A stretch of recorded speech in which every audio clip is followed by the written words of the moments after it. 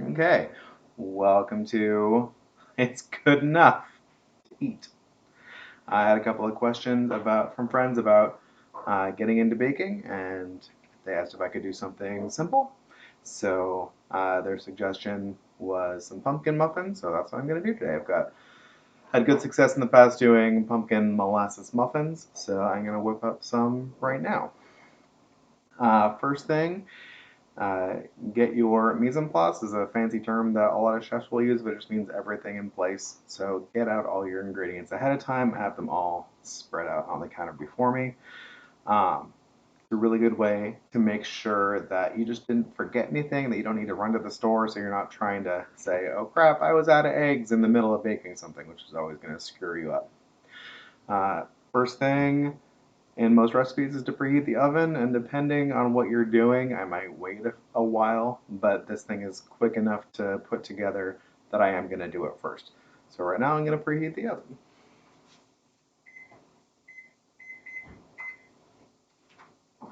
And two, since I'm making little mini muffins, I have a little mini muffin tray, a nice silicone one that my mom gave me. I still do put it on a cookie tray just because I find it's easier to handle with baking mitts to get in and out of the oven instead of trying to grab the little corners of this. So I'm going to put this on the tray and I'm going to spray these with a little bit of nonstick spray just to make sure they pop out really easily for me.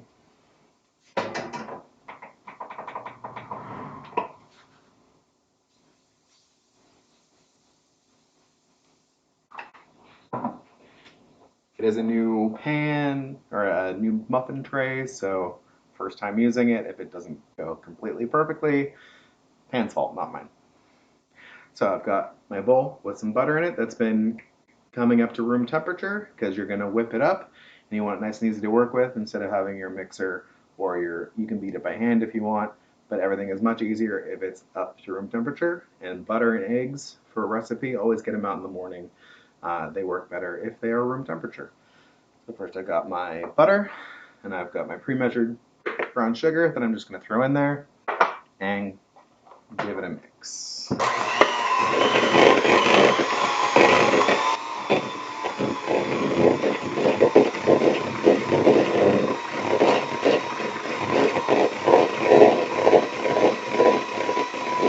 I mute for this? Go back and mute for this, but you're just trying to get your ingredients incorporated together. This is called creaming your butter and your sugar. A lot of recipes will start with that. And it's just getting your butter and sugar combined and you're whipping some air into it. I don't actually know how to mute myself.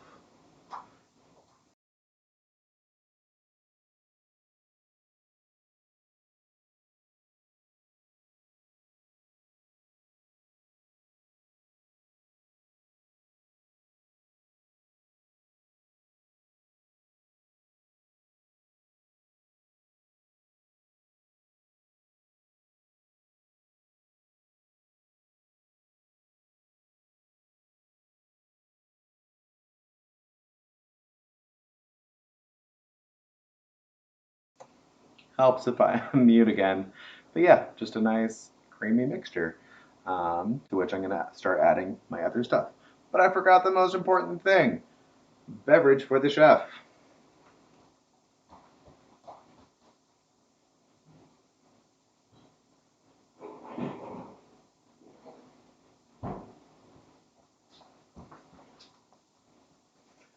Since it's festive holiday time, we've got some nice cranberry cider.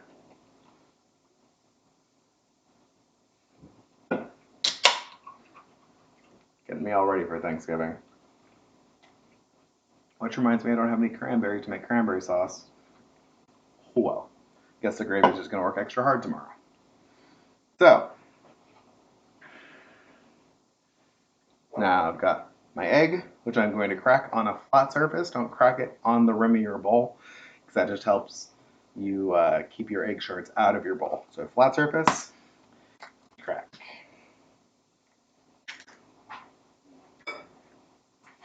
And mix this up again. I'm going to also add my other wet ingredients. So generally you do two phases. You do all your wet stuff and then your dry stuff and then put them together. So I'm going to mute while I mix this up. But then, so I'm adding my egg, my molasses, and my pumpkin puree. Mixing after each suggestion.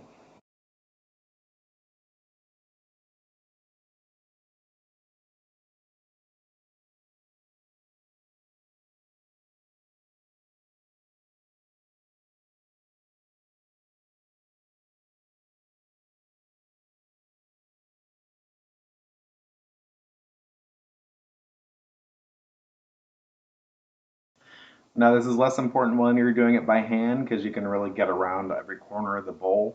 But if you're doing it in a stand mixer, which I do have back there, you want to make sure you get in with a spatula and scrape down all the ingredients so you're not missing little lumps of everything while you're mixing up. Then I got my pumpkin, pre-measured of course, that's part of the mise en place, everything in place.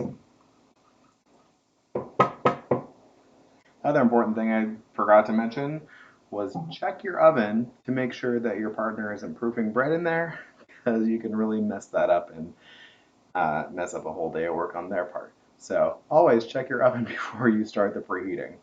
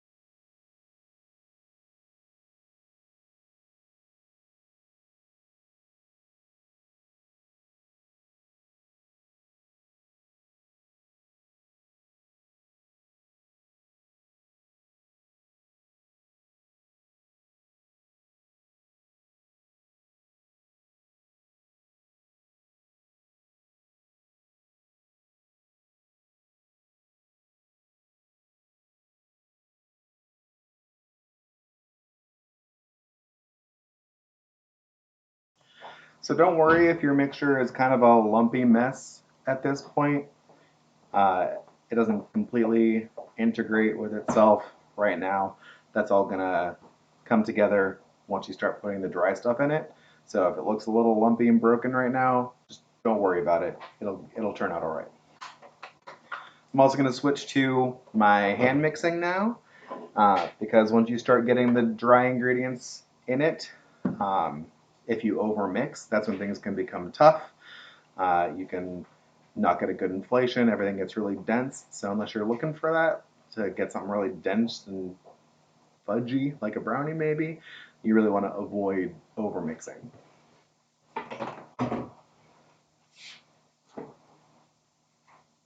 So I got my secondary bowl over here. And of course I forgot to measure out my flour, but that's just right back here. I'm gonna grab it. I've measured out everything else that I need right now. So still mostly good to go.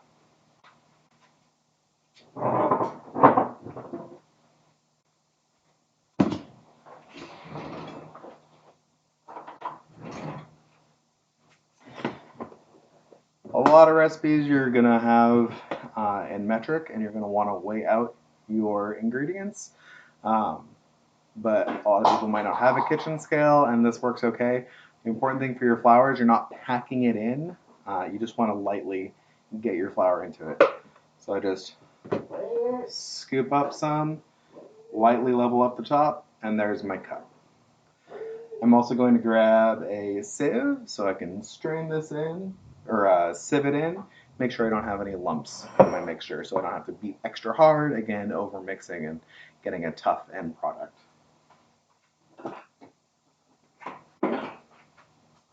Got my sieve. You can use this for all sorts of things. I don't like having a flour sifter because those are just single-use utensils that take up a bunch of space in your kitchen and you only use them for one thing. So I just have one device that I can use for a lot of things.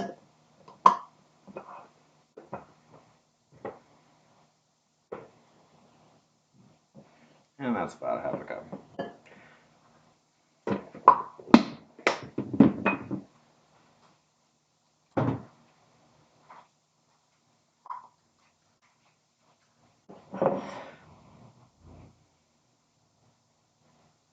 So people like to say that baking is a science, and while that's mostly true, there are a few things you can get away with, and when you're developing recipes. The first time I make something, I almost always will try to do it exactly as the recipe says, just so I can get a baseline, and then I can try it, evaluate it, and see what I might think could be different. Um, I'm not usually going to mess with ratios of wet to dry ingredients, but if I want to change out, like a popular thing is to substitute sugar for some like applesauce, if you're doing that sort of thing, that where apples would taste good. Um, and that's kind of a weird thing to substitute sugar for applesauce. You wouldn't think it works too well, but sugar is kind of a wet style ingredient. So if you're ever said to put in all the wet ingredients, that includes your sugar. So, but you'll figure these things out as you kind of get more experience baking.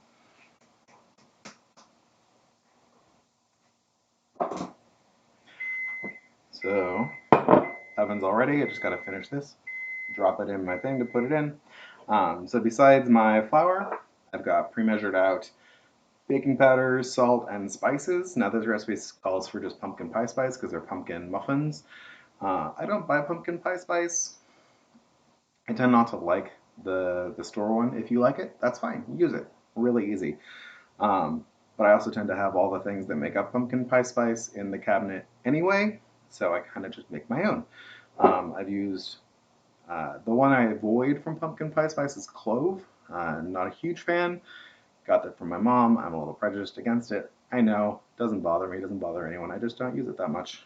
But I've got cinnamon, some star anise. I would usually have ginger, but I ran out of ginger. Again, I wasn't quite prepared, but it doesn't really matter as long as I get enough spices in it to make it taste good. And also not too much, just so the only thing you can taste is the spice. And I've also got some dry vanilla, which is just a thing that sits around in the pantry, and my mom likes buying. There's my spices. Since I didn't have dried ginger, I will mix this in at the end. This is just some cut up candied ginger because I had a bunch of ginger root laying around. So I just stuck it in a pan with some sugar and water. And now I've got this lovely, it's just like buying crystallized ginger at the store. It's a little wetter because I had it soaking in syrup, but as long as you drain all that off, it's not really going to affect your balance of your thing. And I'll give you little nice crunches of ginger throughout your mixture. So I'm just going to pop my dry ingredients in. And now so I don't overmix it, I'm not going in back with that mixer. It's not going to take too much. Just use a spatula or a wooden spoon or something to get this well incorporated.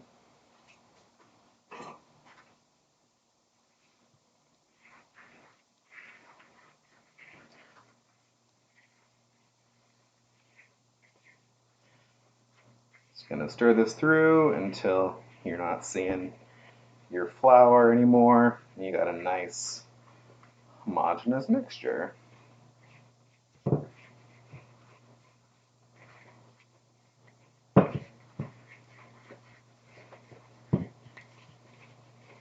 And here again is where it's going to be really important if you're using a stand mixer to scrape down the sides of your bowl because it's going to have a couple little pockets of flour on the edges and on the bottom that you're going to get out of there. So if you're using that stand mixer, let it do its thing for a couple of minutes and then turn it off, get in there and scrape the sides of the bowl and let it go for a few seconds more just to make sure you don't have those pockets of flour. Okay, so here's my lovely mixture. I realize I need to get some lights back there so you can see me a little better, but again, first stream, we'll figure it out. So I'm going to stir in my ginger right now.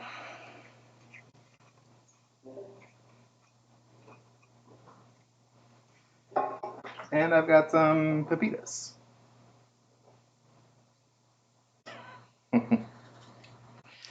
Mark's back there trying to figure out some lights, but I'm not too worried about it right now. So I'm going to put in about half the pepitas and then use the rest to do some topping on it. So you have that little pretty thing on top just to look at. Again, just a light stir to mix this through.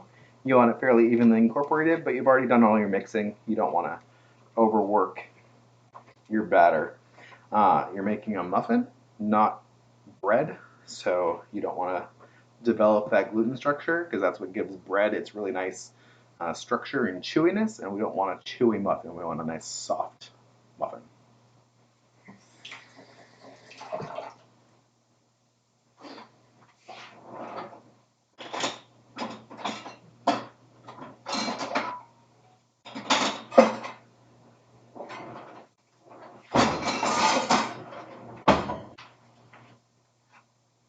So now I've got my already ready cookie sheet, and a really easy tip is just to use a mini ice cream scoop to dollop your mixture into your prepared muffin tin. If you don't have that, a spoon is fine. You're just trying to get each muffin cup to be about the same size, so everything's going to bake at the same rate. You don't want to put one huge one in and one small one in because then they're not going to cook at the same time. Then you're going to have to do a lot more fiddly measuring about. But just one little heaping spoonful in each one, or scoopful. Rock these out. Got my little 24. Yeah, 24.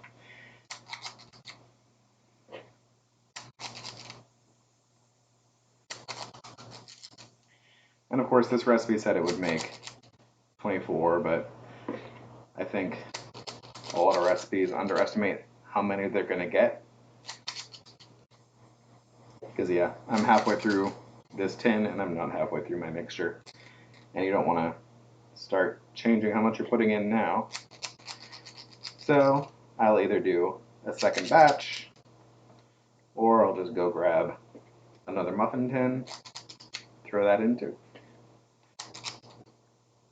If your oven has a convection setting, which just means that it turns a fan on to get the heat to evenly go about your oven, you can put in a couple of pans at different levels without too much difference in the cooking. But about halfway through, you might want to rotate the positions where those pans are in the oven just to make sure everything is nice and evenly baked. So that didn't turn out too bad. Got enough mixture for maybe another 4 or 5. So I'll just throw those maybe in a muffin liner, a muffin paper. Do one bigger one because again I'm lazy. It's good enough. It'll taste good. It's not gonna be the prettiest, but I'm not auditioning for any shows or anything, so not too concerned. I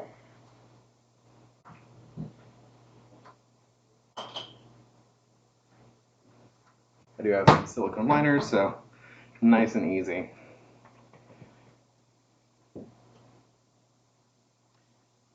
And yes, they're bigger, so they're going to take a few minutes more, but that's fine. It's easy enough to pull the tray and leave the 2 other muffin liners just in there to bake a little bit more.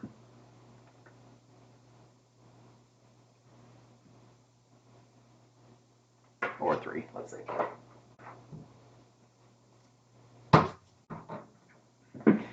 Again, you don't have to have any silicone stuff. You're fine if you have just baking papers, and those are really nice if you're taking them out to someone else's party. Hopefully none of you are doing that this year because we're not gathering. Everyone should be safe and inside and not spreading a deadly virus.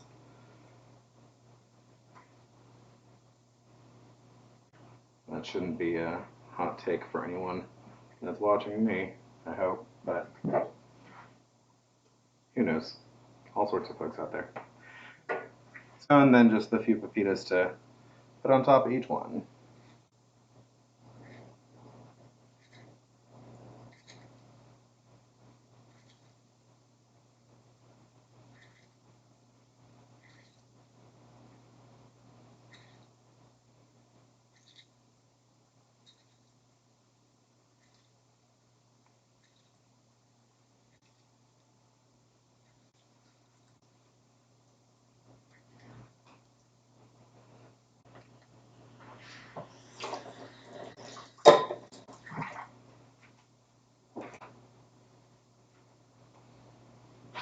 And there we go. I'm just going to stick those in the oven for however long the recipe says. I think it was 18 minutes or something. Let's find out.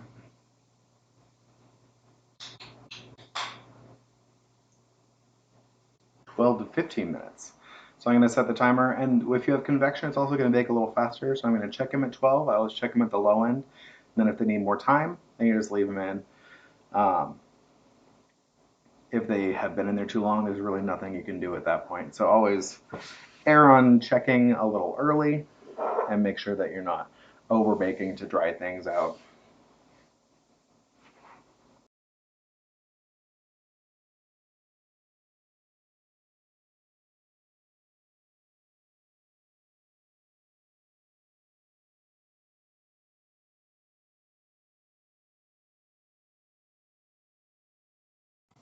So I'm just going to clean up a bit, and then I will make some icing to put on top of these. That was also on your request.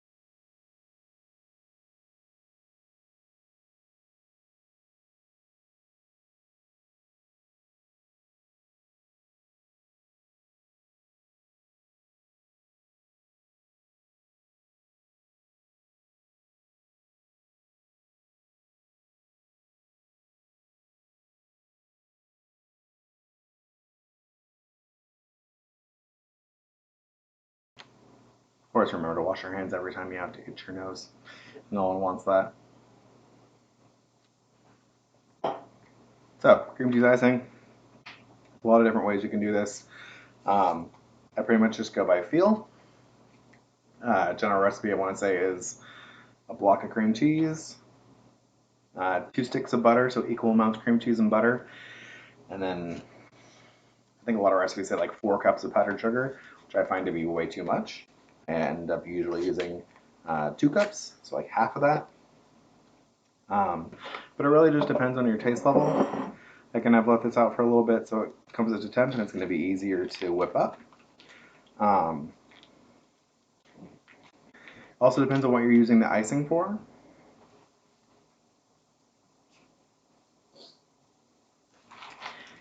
If you are using the icing to like top a cupcake, then regular cream cheese icing isn't gonna do that for you because it's not gonna stand up. It's not really strong to make like big pretty swirls like that.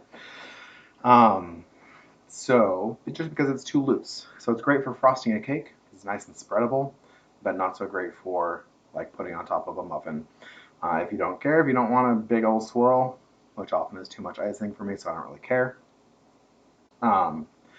But one trick is to use milk powder because a lot of it'll get you the same flavor and kind of texture as using the butter, or as a, but since it's dried out, it makes it stiffen up and it just becomes more pipeable, which is very nice.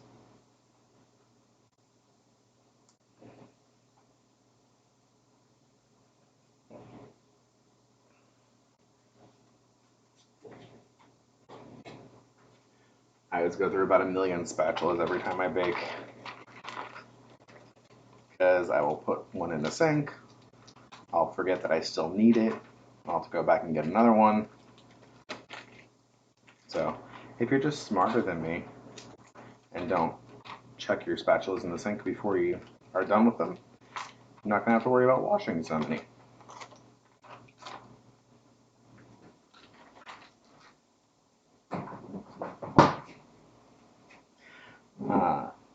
contentious thing. I like to put lemon juice in my cream cheese icing, which some people find odd, but I like it. It's really sweet, so that little lemon tartness, even though the cream cheese is already kind of tart.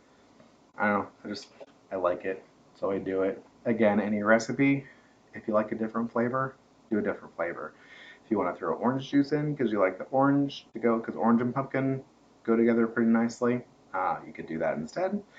Of course, cranberry juice. Uh, Basically, whatever flavor you like. You could also throw some more spices in there if you wanted that spice flavor to carry through. Um, I'm just going to do a little vanilla um, and my sugar, cream cheese, and milk powder. And that's really it. Keeping it simple because I was asked to do simple.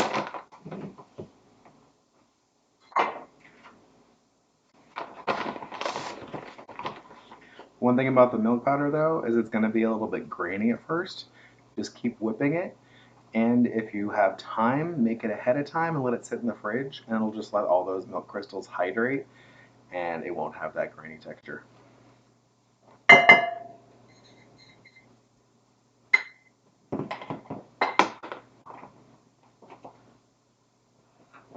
You can do this the same way that you did the start of your batter by whipping up the butter, or whipping up the cream cheese like you did the butter.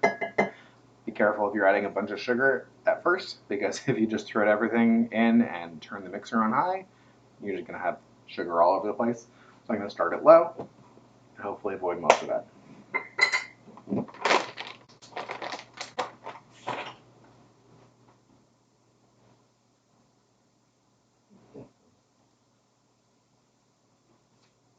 Another nice reason for the vanilla powder is it's white, so it's not going to give that kind of brownish tinge to your icing. If you want to keep it that contrast of the brown muffin and the really nice vibrant icing. Um, if you don't really care, then don't worry about it. Or I think I was thinking about coloring it a little bit yellow. Just put a couple of drops of ice of dye in because make it look pumpkin-y, I guess. I don't have orange. I have some yellow, but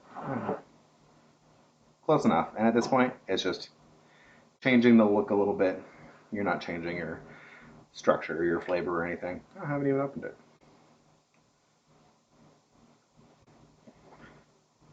No, it's another thing like your spices to be careful with because you can always add more. You can't take any out. So I'm just going to add a couple of drops and see what that looks like. If I don't like it, I won't add any more. If I like it, I'll add some more.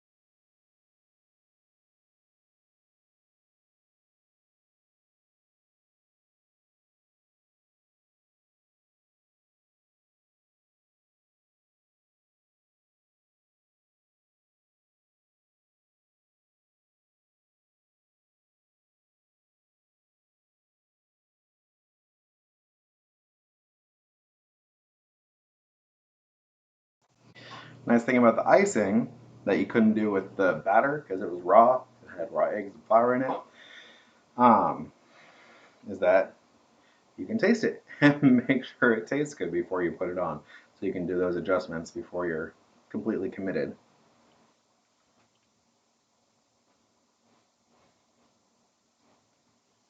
It's sweet enough for me, but I only added, I think, half a cup of sugar to 1 block of cream cheese and a half a cup of milk powder.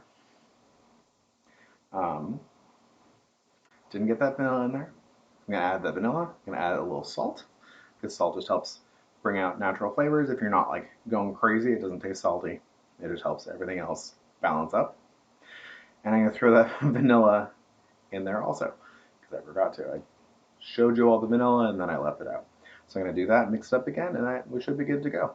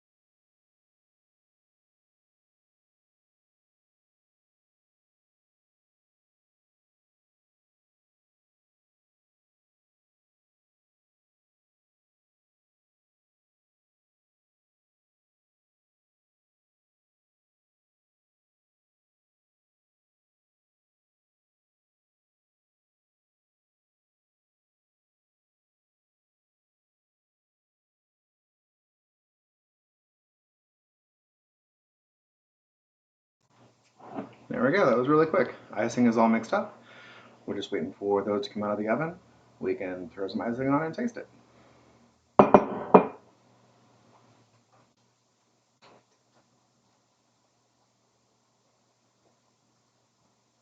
And we got 1 minute left on the timer, so hang tight, folks.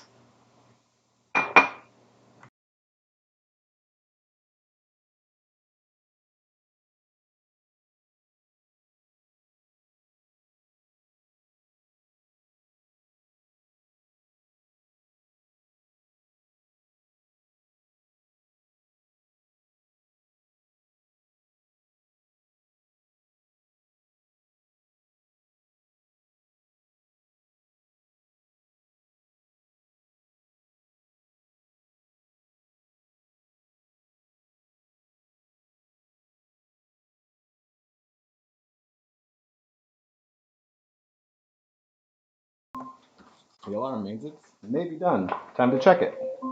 Amazon, stop.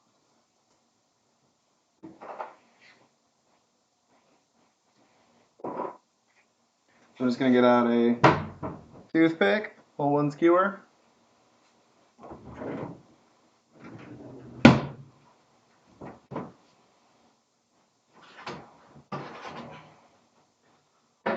Pull these out, give them a check.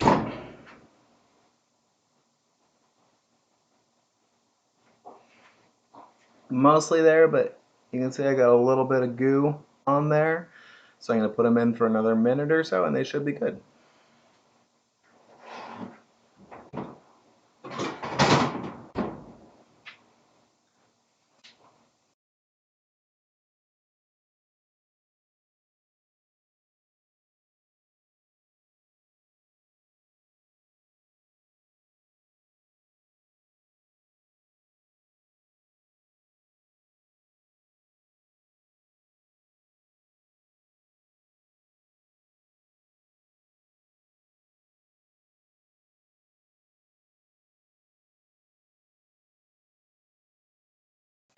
Still muted, of course. I'm a genius. I'm good at this. I will be good at this eventually. Um, but I was kind of cleaning as I went because I had my mise en place. I didn't have a bunch of containers out except for the flour, which I had to go get. So I already had kind of an organized station. And then as I went, I could just put my empty thing of spices or sugar or whatever into the sink, get it out of the way so I still have a clear work surface. Um, which you're not set up to see right now, but it's just a countertop. It's nothing special. And then clear as you go. Let's check them again.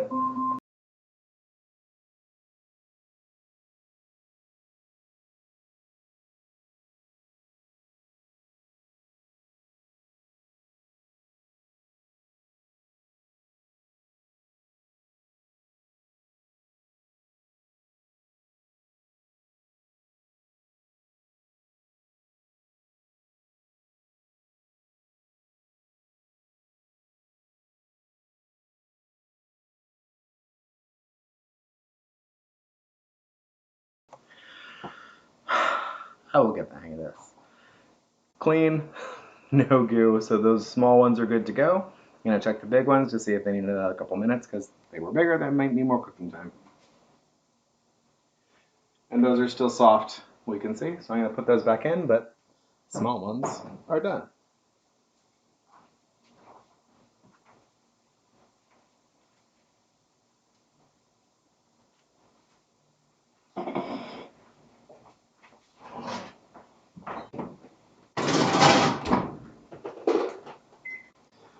They're close, so I'm just gonna let the residual heat cook them because it'll stay at 375 for another few minutes.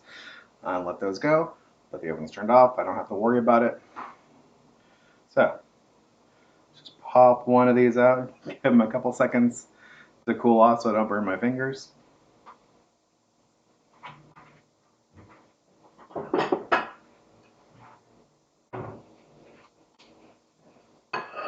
For the sake of shooting, whoop, it picked up nice and easy out of there. We got our little tiny muffin.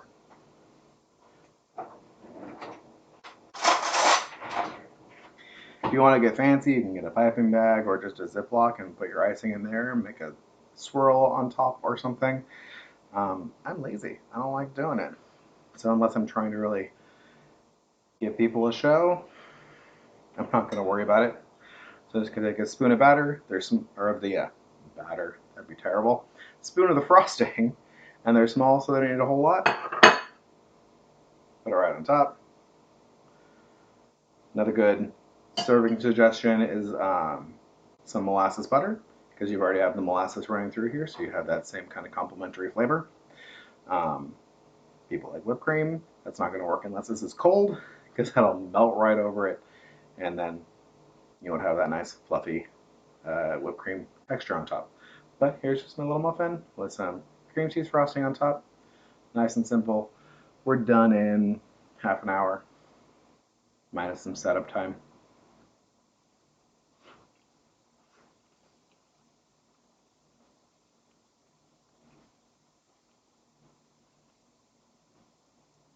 Very good. Things we've learned. It does need to cool down a little bit. It's still really moist because it's still hot and steaming at me. As it finishes steaming, it's gonna have a nicer, like drier texture. You normally wouldn't put frosting on a hot thing because again, it's starting to melt. So, um, yeah, give them a few minutes to cool off. You can pop them out onto a wire rack, and they will cool down faster. Um, but yeah, I wish I had had the powdered ginger because it would have been a little more uh, evenly flavored throughout instead of having the hits of it, which isn't exactly what I was looking for in this, but it works. It's fine. Um, it's not too pumpkiny, so if you want pumpkinier stuff, uh, find a recipe that uses more pumpkin. Maybe you don't have a molasses in there. You can switch them out. It really just depends on what you like, but it's a good, pretty easy way to start. So let me know if you have questions. Hopefully they like it. Cheers.